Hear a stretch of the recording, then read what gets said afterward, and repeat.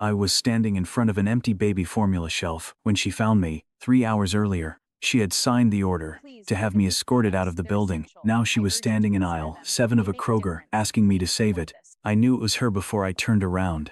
The heels were wrong for the floor, too deliberate, the kind of sound that belongs in a corridor with carpet and people who are supposed to notice you. Not in aisle 7 of a Kroger. At 9:14 in the morning, I kept looking at the shelf. The last can of Lily's formula was in my left hand. The shelf behind it was empty. In the specific way shelves get empty when a supply chain has been interrupted. Not gradually, not 1 or 2 gaps here and there. Completely. I knew what that looked like. I had spent the last 18 hours trying to prevent it. 3:17 a.m., server room B. Port of Los Angeles. The kind of hour that has no social contract. No one expects you to be functional. No one is watching. I had come in at midnight for a routine audit. The audit stopped being routine at approximately 3 a.m. Container 7714X. Inbound manifest. Industrial equipment. Quarantine flag. Active pending inspection. Routing status. Bypassed. I cross-referenced the command log. The authorization came from a senior admin account. The account belonged to Vance Holloway, Executive Vice President. Me boss's boss. I sat with that for 4 minutes. Then I made a decision that I have thought about many times since. I did not call anyone, not security, not my supervisor, not the FBI. I know how that sounds. What I know about situations like this. Situations where the person doing the thing has more institutional power than the person who found it, is that a phone call gives them approximately 30 minutes. 30 minutes to modify the command history. 30 minutes to have a conversation with someone above my pay grade. I did not have 30 minutes to give him.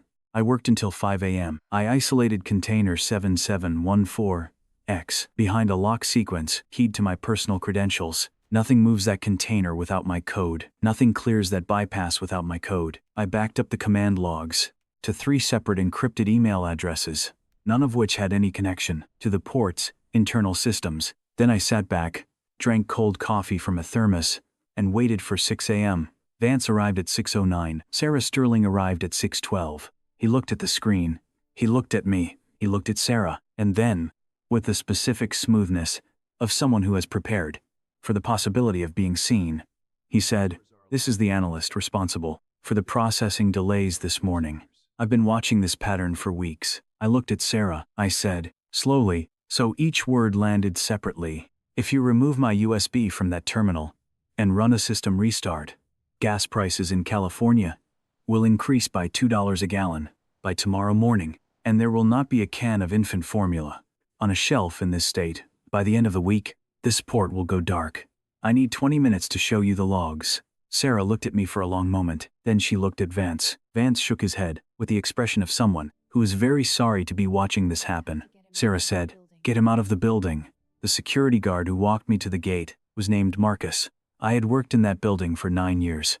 I knew his daughter had started college in September. He did not say anything. Neither did I. At the gate, he handed me my laptop bag. I said, "Take care, Marcus." He said, "You too, man." That was the whole of it. I drove to the Kroger on Harbor Boulevard because Lily was almost out of formula. That was the next thing that needed doing. I want to be clear about that. Not symbolic. Not a statement. My daughter needed formula. The store was open. That was the sequence. At 7:03 a.m., approximately 49 minutes after I had been walked to the gate, Vance Holloway gave a direct order: restart the system, clear the lock sequence, restore normal routing. The technician on duty told Vance the restart required a 30-minute diagnostic first. Standard protocol, non-negotiable. Vance said, "Do it now." At 7:14 a.m., the USB drive was removed from the terminal in server room B. The lock sequence collapsed, and the malware, the specific payload I had spent 6 hours keeping inside a box, had nowhere left to be contained. 7:14 a.m. Primary routing system offline. 7:16. Secondary backup fails to initialize. 7:19. All 47 terminal monitors in the main operations center go dark simultaneously. Sarah was in the operations center when the monitors went dark. She told me the silence was the worst part. Not alarms, not emergency alerts, just 47 blank screens, and the sound of the ventilation system doing its job, because the ventilation system did not know anything had changed. She called Vance at 7:26. Vance did not answer. She found him in the corridor, outside the executive suite. At 7:31, he was standing with his back to her, phone pressed to his ear, voice low. She heard him say, "Shipment is through. Transfer the funds on schedule. I'll be unreachable after 10. He was not speaking to IT. He was not speaking to a vendor. He was speaking to someone who was waiting for the shipment. That container. 7714X had just quietly delivered through a port that was now completely unable to process or track or record anything at all." He laughed. Then he turned around. Sarah was 4 feet behind him. She did not call her lawyers. She did not call the board. She sat down at the one terminal that was still partially functional, a legacy system, not connected to the main network. And she typed my name into a search field. Not my work profile. Not my HR file. She typed, Caleb Reed, Kroger, Harbor Boulevard. Because 3 weeks ago, in a Wednesday briefing that she had been new enough to pay attention to, I had mentioned that my daughter needed a specific formula, and the Kroger on Harbor was the only one nearby that stocked it, and opened before 7. She had remembered that, in the middle of a crisis of her own creation, she had remembered a detail about a man she had just fired, and she got in her car. I kept looking at the shelf. She stopped behind me. I did not turn around. I said, "Aisle 7, did you ask the cashier, or did you remember I mentioned it?" She said, "I remembered." I turned around then, in the car. She said, "I was wrong this morning, not about the system. I didn't understand the system, but about the way I looked at you. When Vance was talking, I had already decided. You were right about that." I said, "I know, that's all I wanted to say. The rest of this, the port, the arrest, that's separate. I just needed to say that part first.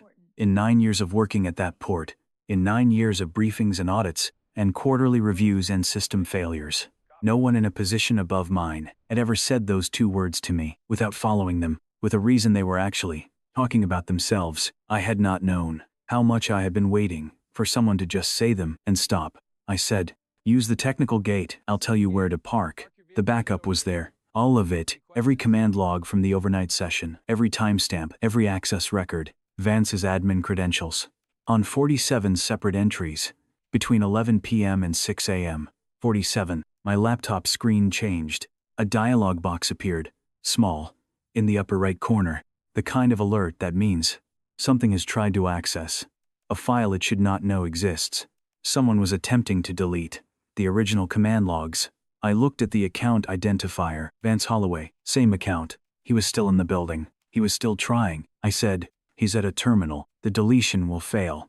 The backup covers everything he's trying to erase, but the attempt itself, the fact that he is doing this right now, that is going on the record. The deletion attempt had failed." The log now showed not only the original 47 entries, but also the failed deletion attempt, time-stamped, account identified, preserved in 3 separate locations that no one in this building, except me, knew about. From where I was sitting, 2 floors underground, no windows. I could not see the west parking lot, but at 10:47, my phone showed a text from a number I did not recognize. "West lot." He didn't make it to the car. I retrieved my car from the Kroger parking lot.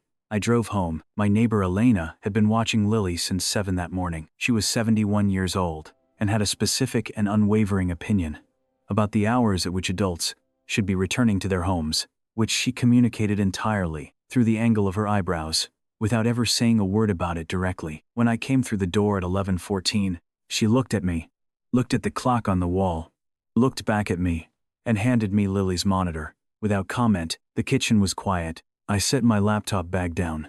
I set my keys on the counter. I took the formula out of my bag and put it on the kitchen table, the specific brand, the one with the yellow lid, and the drawing of a small bear on the front, that Lily had decided to find deeply funny, at some point around 18 months, and had never changed her opinion about. I sat down and looked at it. Sarah called at 2:17 p.m. She said, "The system is at 60%. Priority lanes for food and pharmaceutical are running." She said, "Vance is in federal custody.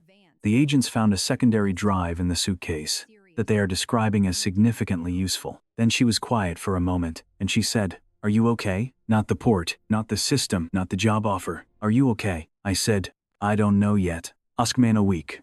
She said, "I'll ask you in a week." Lily woke up at 3:15. She came into the living room, found me on the sofa, climbed up. She said, "Hungry?" I said, "I know. Come on." In the kitchen, I took the can of formula off the table. Lily reached for it immediately, the small hands going for the yellow lid.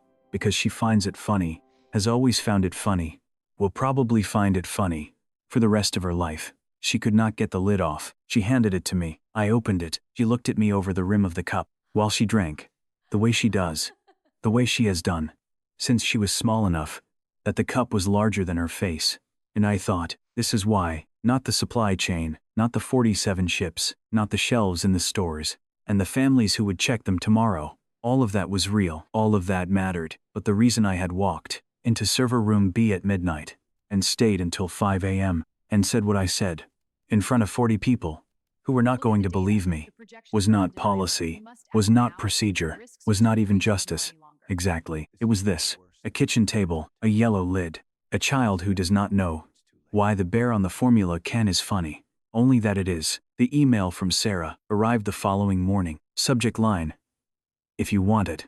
I read it twice. I looked at Lily. She had successfully opened the yogurt container and was now assessing the most efficient path forward. I closed the laptop. I helped her with the yogurt. The email would still be there in an hour. I did not go back for the port. I did not go back for the job. I went back because someone looked at me and said 2 words, without conditions attached, and I had not realized until that moment how long I had been waiting to hear them. Have you ever held a position that nobody in the room believed and been right? Trop à comment. I want to know how long it took before it stopped costing you something. I will see you next week.